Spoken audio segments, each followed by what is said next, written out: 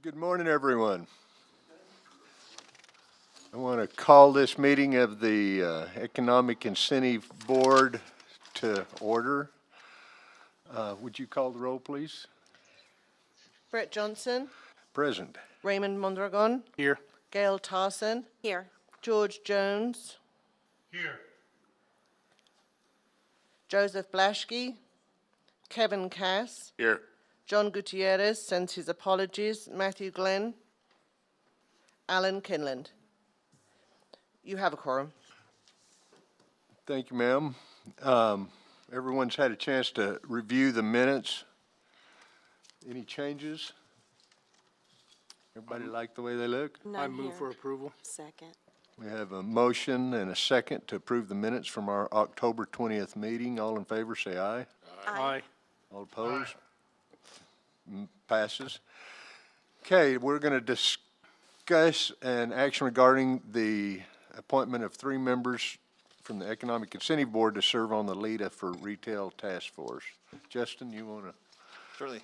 Thank you, Mr. Chairman. give us members your of the board. word? Absolutely. So on November 2nd, the electorate voted in favor of allowing LEDA to be used for retail purposes. At our November 18th City Commission meeting, the Commission approved putting a task force together to help us shape and guide our policies and ordinances to allow for that particular use. The task force itself is going to consist of 3 members of the EIB, 2 members of the Chamber of Commerce Board, who are engaged in the retail industry, and a member of the Clovis Industrial Development Corporation, and the president of the Clovis Community College.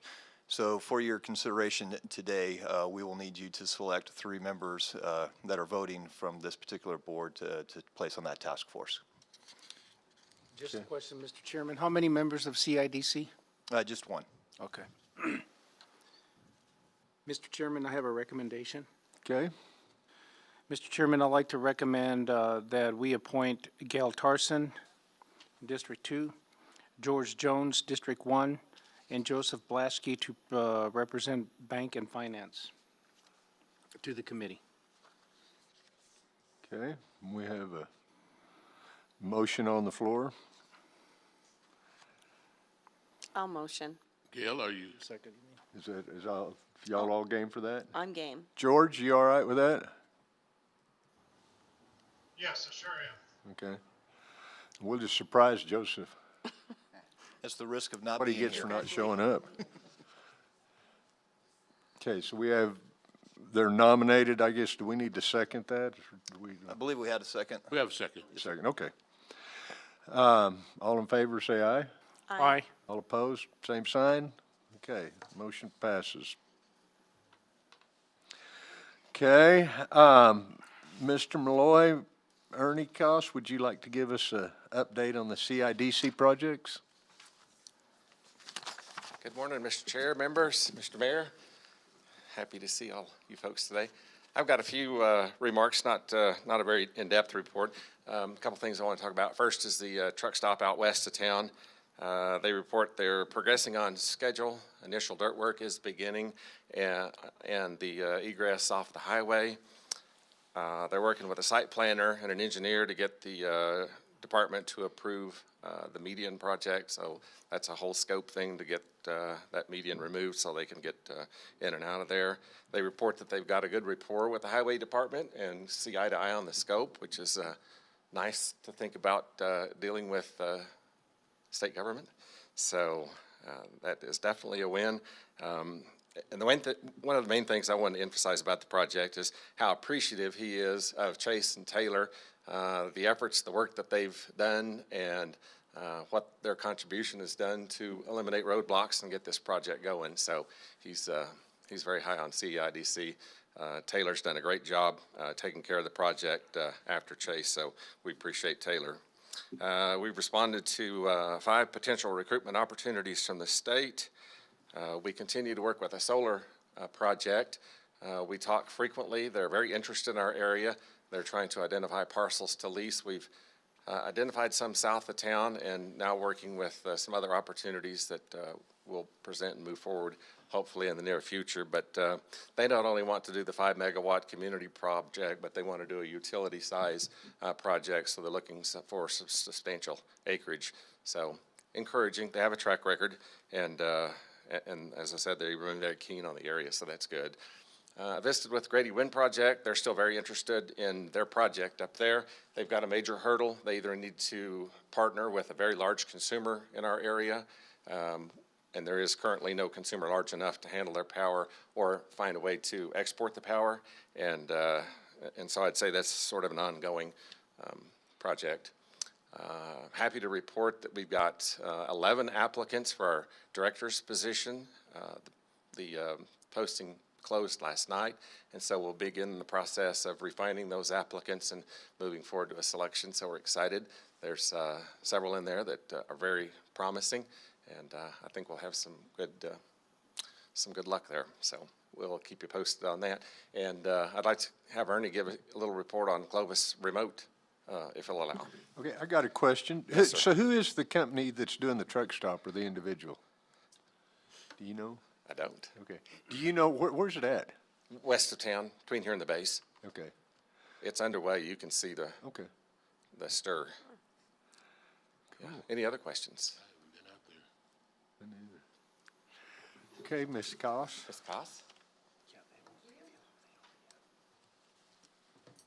Mr. Chairman and members, Mayor, I just have a really quick update on Clovis Remote. And so we last week had 2 candidates that have accepted job offers in the for specialist positions in the fields of human resources and accounting. So we're really pleased to get them placed. We are experiencing a decrease in registrations for the Clovis Remote program in the last few weeks, and so we're just assuming that's because of the holidays and the craziness at this time of year, and so hopefully we'll ramp up again after the first of the year. We currently have 7 active candidates in our program that are getting trained as it relates to interviews and how to work remotely and things like that. And we do have a job fair tomorrow that we're planning for these candidates. So we have Misha Evans, who we have hired, CIDC has hired part-time to lead this program and train, and so we're really pleased about the progress we're making. And we are getting lots of inquiries about how we're doing it from other communities and wanted to do a remote program as well. So Don't tell them. okay. So that's all I have. I'm going to have Taylor come up and talk about, we've been well engaged in all of the efforts statewide with New Mexico Economic Development Department and the New Mexico Partnership, attending lots of meetings and seminars relating to their new in-depth economic development strategic plan that's just released. And so we're busy doing that, but I'm going to have Taylor talk about the New Mexico Partnership and how we're going to participate in that. Thank you. But, Any questions for me? yeah, I have a question. So you've placed 2 people? Since I last reported. Okay. Yeah. So that's a total of 14? Yes, it is. Cool. Yes. Great. Thank you. That's good, clean, non-water using industry Yeah, there. and- That's beautiful. Yeah, and it's all because we have the high-speed gigabit with Plateau. So that's how we got started. Cool. Thanks. Good job, team.